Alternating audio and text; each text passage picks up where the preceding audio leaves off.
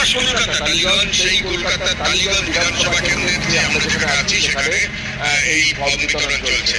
বিভিন্ন যে ওয়ার্ড, সেই ওয়ার্ড ভিত্তিক একটা করে ক্যাম্প করা হয়েছে এবং সেই ওয়ার্ড ভিত্তিক যে ক্যাম্প, সেই ক্যাম্পে এসে এইভাবেই লাইনে দাঁড়াচ্ছেন এখানকার যুব এবং যুবতীরা। এখানে যারা লাইনে আছেন তাদের সঙ্গে আমরা সরাসরি কয়েকজনের সঙ্গে কথা বলে নেবো। আপনি এই যুব সাথীর জন্য আপনি করতে এসেছেন?